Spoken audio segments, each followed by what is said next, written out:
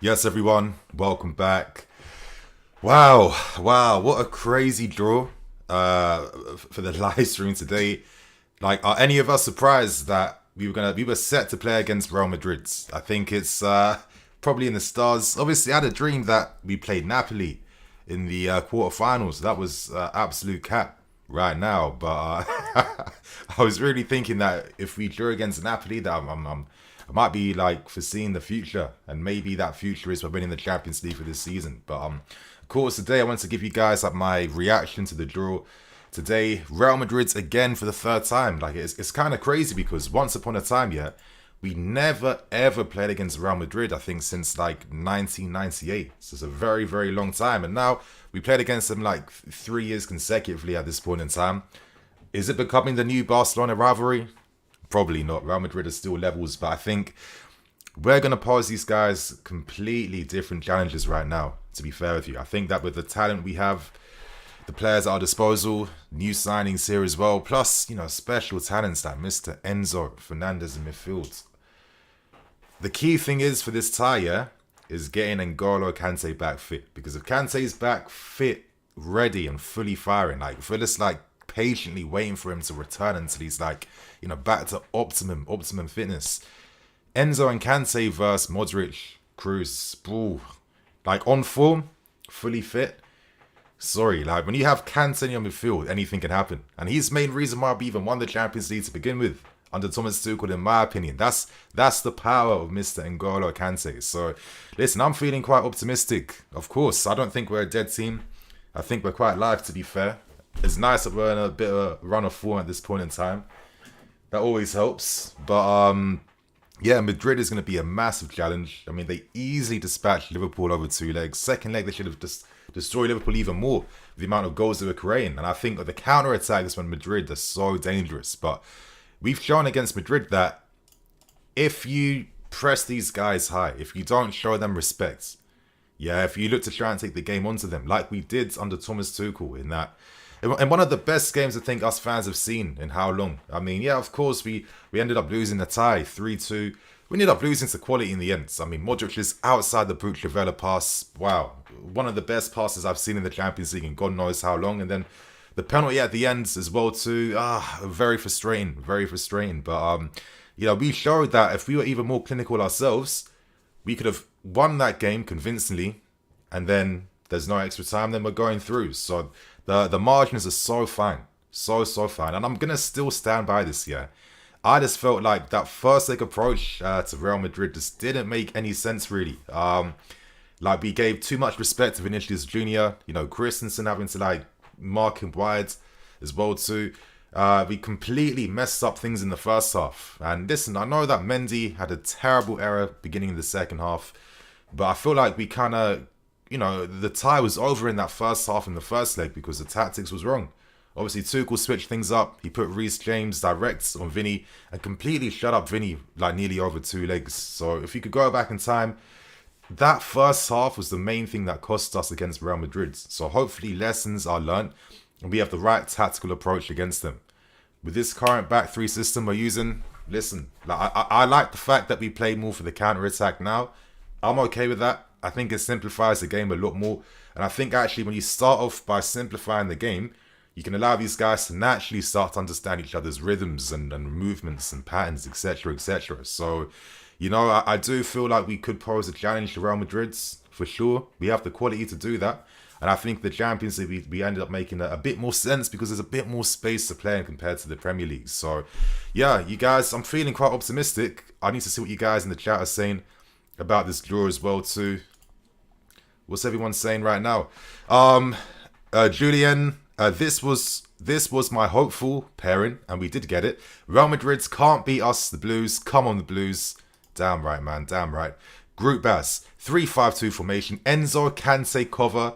Up front, Felix and Kai Havertz. That could be interesting for sure. But you know that Raheem Sterling also poses some issues on that right-hand side on the counter. If you're playing that type of game, Raheem Sterling really shines even more. Felix, I've liked Felix. I think he's a great player. I think there's a lot more to come from Joao. But I'm still waiting for him to like really just be the star of the show. Just like undoubtedly, just like wow. Obviously, we've seen glimpses against Fulham, against West Ham, but I want to see that a little bit more.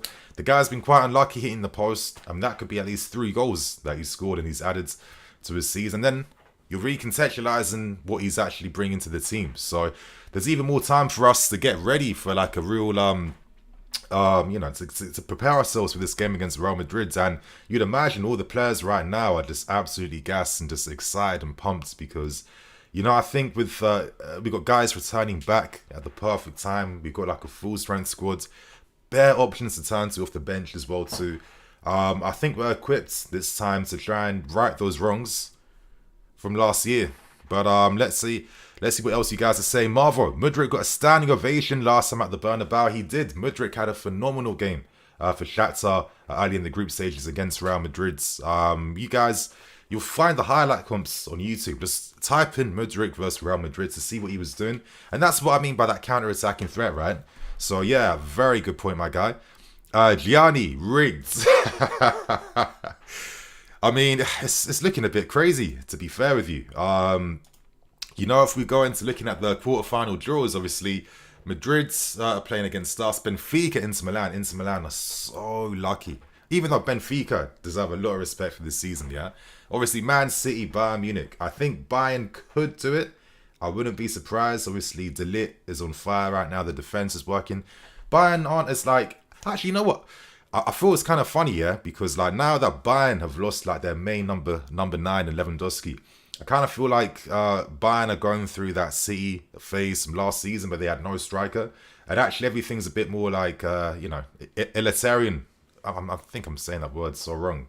It's still early in the morning, you guys. But everything's still egalitarian in the sense that, duties are shared up front. There's responsibility across multiple positions. Players are chipping in with goals across like, multiple positions as well too. And maybe that's made them a bit stronger because they're not as predictable, right? Of course, they easily dispatched Paris Saint-Germain. I wasn't expecting Bayern to just easily beat Paris Saint-Germain like that, especially the second leg where, wow, I mean, Paris Saint-Germain just weren't even looking like a CL class team at times. So this is a Bayern Munich team that's got like a lot of grinta at this point in time. And obviously Milan versus Napoli. Wow, that's going to be the game for the hipsters. Napoli, one of the best footballing teams in Europe currently against Milan. Oh, definitely going to be some Serie A representation in the semis. But this is where things are interesting because obviously, let me just refresh things. Obviously, we're set to play against the winners of Man City or Bayern Munich.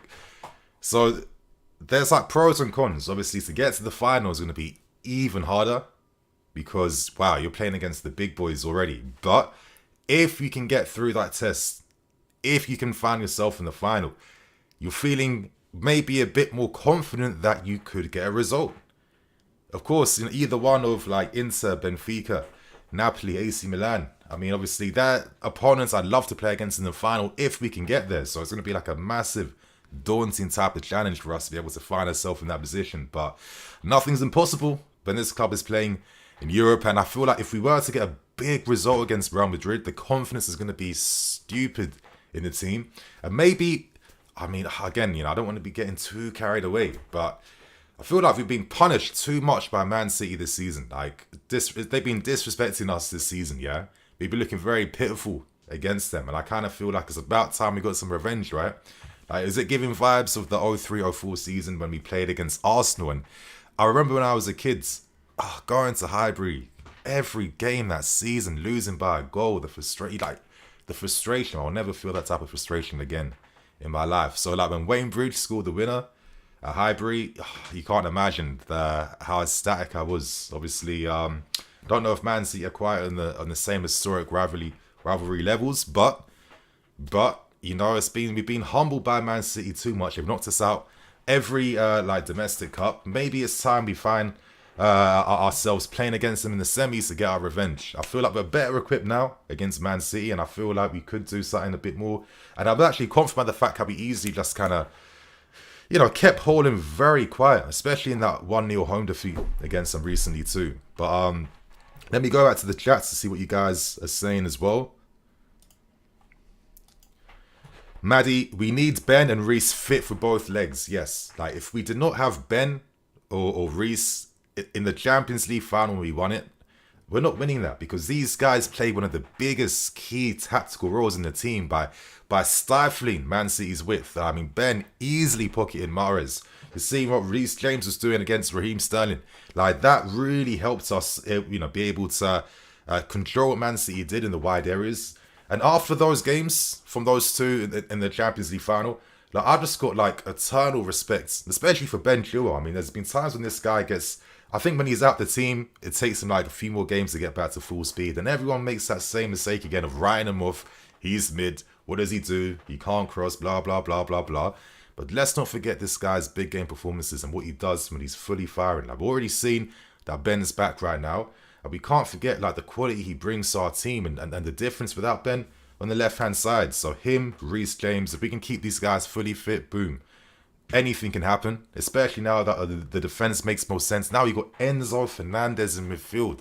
Like, you know how many times I've been watching YouTube comments of Enzo versus Leicester City? Like, this is what I was dreaming of seeing from a midfield player when we signed Enzo Fernandez. Like, he's going to add so much to what we do, especially on the counter-attack. And now for me, it's about waiting for these attacking players now to kind of like acclimatize and get used to each other's game.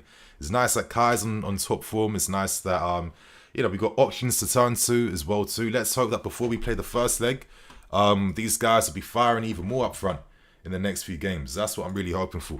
But moving on to Carlos. I think three-man midfields of Kante, Enzo and Cover. I mean, that gives you a lot of control. That's going to allow you to press and be aggressive against Real Madrid too. And this comes down to who we partner up front. Because if that was like a 3-5-2 thing we used, or maybe 4-3-3, but realistically, I think this season, it's back three.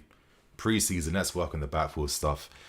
Maybe you're going 3-5-2, But then if that was the case, I might want to see Kai and Sterling up front together as a two instead of like Joao Felix and Havertz, for example. I kind of feel like we need someone with pace who can run in behind. And if Kai is going to be the link-up guy between midfield and attack, I think that makes a bit more sense than turning towards using a Joao Felix. So that's an interesting observation from your question. Thanks for that, man. Moving on to Group S again. One of the reasons Pep got Haaland is his pace and power, because we beat them pressing higher and couldn't counter in the final, for sure. For sure. Like, obviously, people kept blaming the fact that there was no defensive midfield player for Man City. That's why they lost the final against us, which is nonsense, because when we beat them in how many competitions under Tuchel when he first took over, we played against Fernandinho. We played against, what's his name? Rodri. We played against both of these guys playing together. It had nothing to do with the DM. It was all about the fact that Man City had no focal point. Man City had no striker that was getting in positions to try and, occupy our defenders, to try and, move them. They had none of that, and it was quite easy to defend against them at times. So, I think that's a really good point that you made.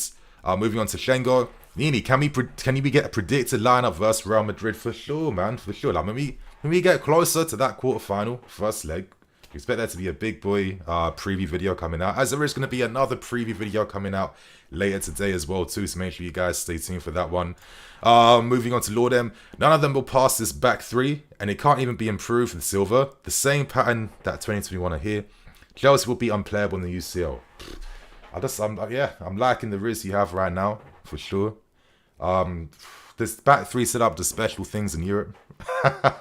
Very, very special things. So I just feel like as long as our mentality is on point, and as long as our our final third game is on point, because for me, if I can see some improvements in terms of guys not getting offside as much, being a bit more clinical with the efforts we're taking on goal, like that proper form, we're gonna need top form against Real Madrid. We're gonna need players to have the confidence where, okay, when they have the position and space to take a shot, they're doing that, and they're hitting these strikes pure, and they're hitting them with conviction. That's the type of mentality and confidence we need to lead up to before playing against Real Madrid. So let's hope we can do something there. Let me go back to looking at more UCL stuff. Terrible segue.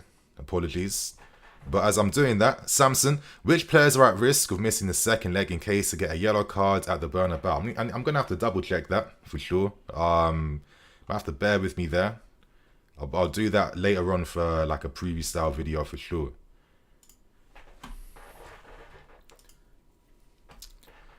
Blessing. I feel by the time we play Real Madrid, Mudryk will be killing it. Let's hope that's going to be the case. I mean, obviously, Mudryk is quietly killing things behind the scenes right now. He's got a lot of respect from the guys. He's doing big things in training sessions.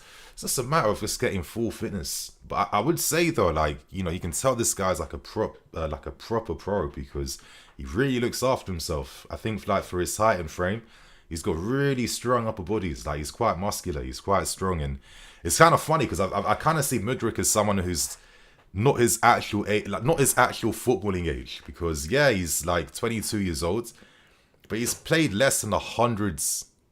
Like he's made less than 100 apps in his entire career. Like normally, by the time you're reaching like 20, 21, 22 years old, you've got at least like 150 games under your belt.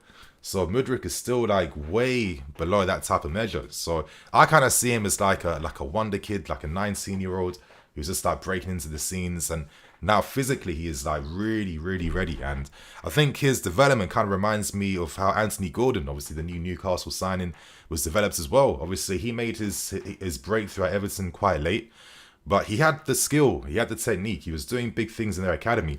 But it was just a physicality thing where his body had to develop a bit more, get a bit stronger to sustain the demands, right? So it's the same thing for Mudryk, and I think that he'll be a late bloomer, and there's going to be big things to come from this kid. So yeah, I'm very excited to see. Anyway, move on to Just Looking. I'm really confident about playing Real Madrid. We've beaten them 3 times over the last 3 seasons. I think that's a very, very good point. Even though we got knocked out, we beat them in the Bernabeu 3-2. So, Madrids are going to be fearing us a little bit. Maybe, okay, fear is a strong word. It's Real Madrid. I'm not going to get too gassed. But they're for sure going to be respecting us big time. They know exactly what we can do, what they can offer.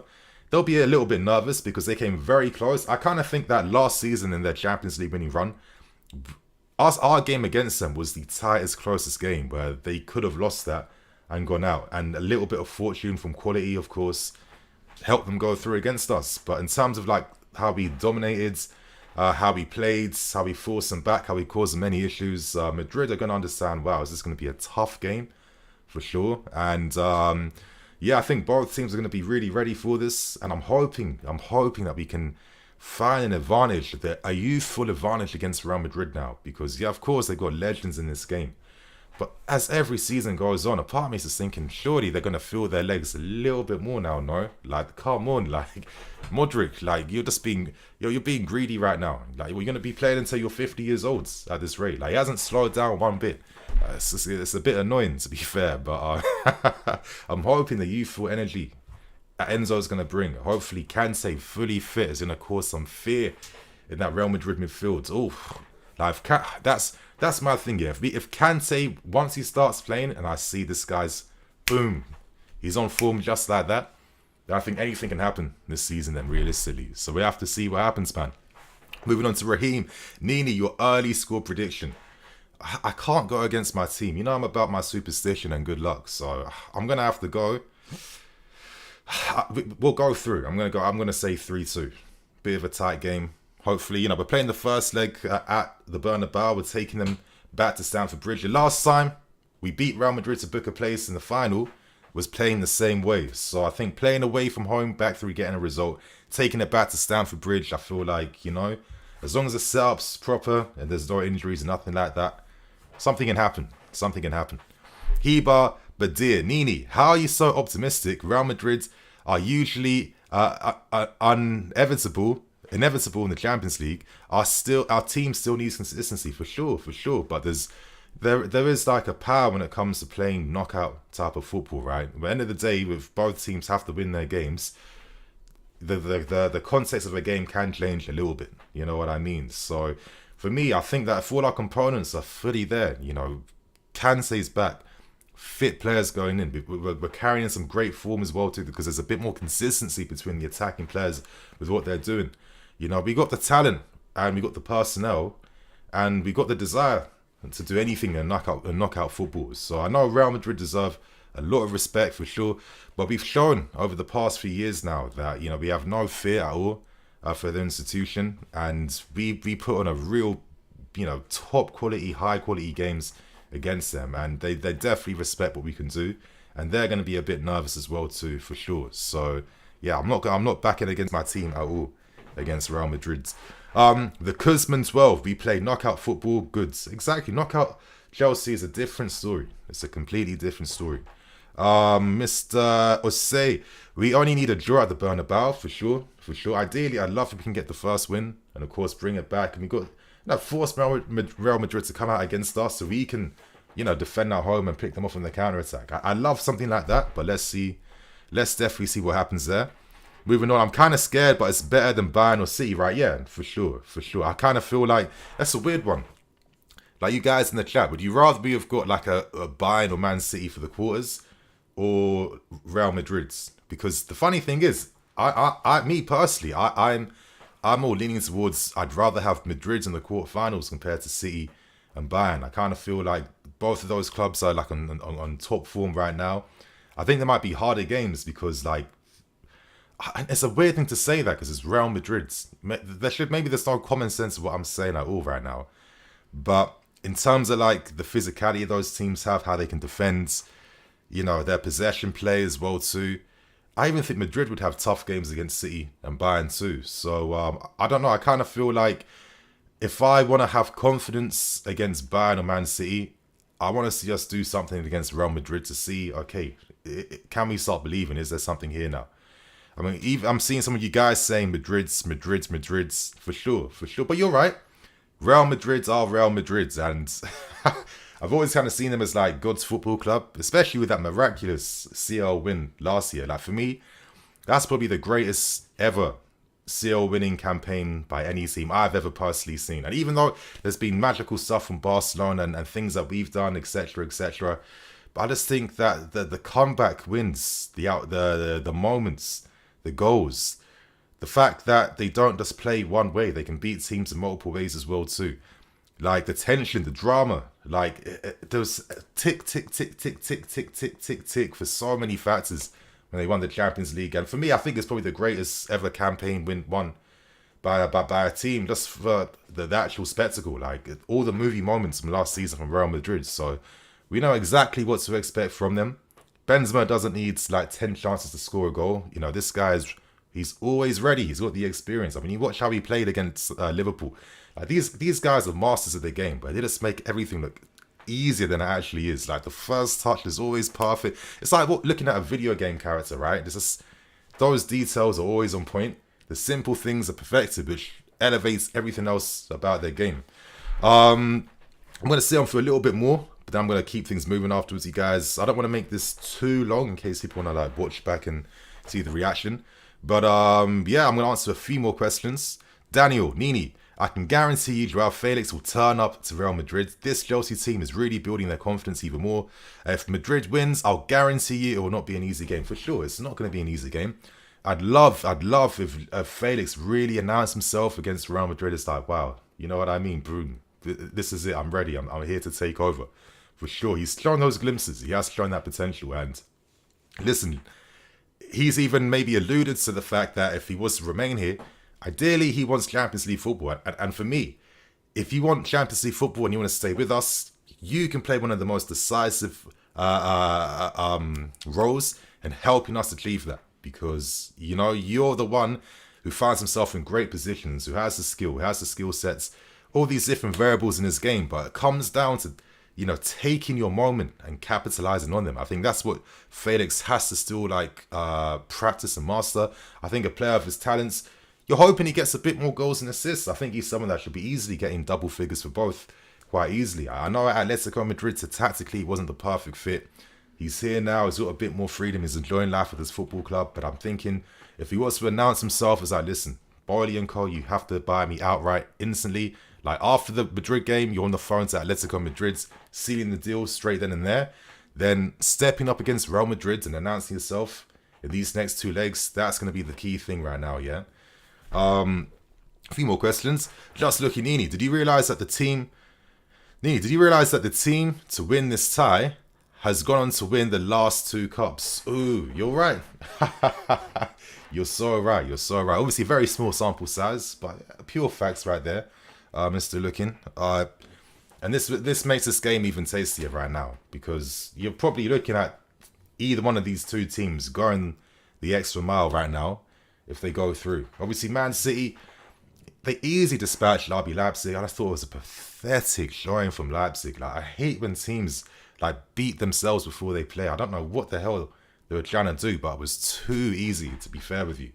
But I don't know. After we've played against Man City a few more times, especially that 1-0 home defeat against them recently, like we actually had a decent game against them, considering we had bare injuries, and no one in the first team that's playing for us now wasn't the first team against Man City. So you know, we coped a little bit better, and now if you have a bit more consistency with how we're playing, maybe that's going to help us do something there. But yeah, Madrid's, whoever wins this, I think can go all the way to win it again. I'm just hoping, I mean, it can't be Madrid again. I think I'd be too greedy, to be fair. So we can't allow that to happen. Hiba Badir, Nini, do you trust Kepa in goal against efficient finishers like Benzema? I think I'm going to have to right now, man. Depends if Mendy can find himself back in this team again. Obviously, this whole contract situation probably isn't helping things behind the scenes. I can only believe and have faith in the guys that's available for us right now, bro. Daniel, I like when we are underrated. That's when we show up, for sure. Dave O'Neill, would you use... Yeah, I'll answer that. Nee, I believe we can beat Real Madrid with the squad and depth of the team, for sure. And I think one thing that really helped us when we won the Champions League was the options we could turn to off the bench. And now, they're even better options now, because we have better attacking players, we have more midfield players. I mean, imagine if Mount, for example, was used as like a option off the bench. I mean, this is a guy that was one of the best players in all our games versus Real Madrid. So that's telling you the level of like depth and quality we have right now, especially with like proper like wing back options too. You know, Ruben's more like acclimatized there, had a great game against them in the second leg, and then we've got Cucurella as well. I think promising things can definitely happen, my friends. But I think I'm gonna stay here for one more minute. I'm gonna bounce and just wrap things up essentially, and just get the hell out of here because I've got videos to make today. Obviously, the preview for the game against Everton tomorrow, 5:30 p.m. Make sure you guys are there. It's gonna be a big one. Gonna be a big game. We get a result before international break, and then anything happens, right?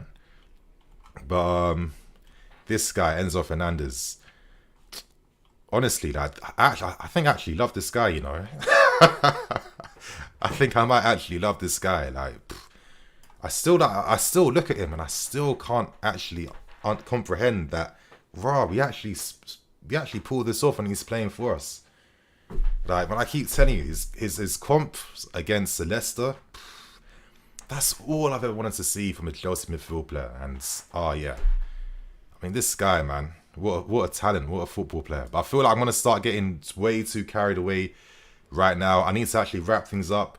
That was the UCL draw reaction right there, my friends. I hope you all enjoyed, and yeah, make sure you have the notification buttons tuned in because there's going to be more content dropping today, so make sure you guys are there. So everyone, on that note, I'm going to wrap things up, keep things moving. Thank you for watching. I'm the EFC, this is BlueLionsTV. I'll catch you guys there with some more videos, and maybe I might even do another like Q&A stream tonight if you guys want to like talk football, you know, have me answer your questions, etc, etc. So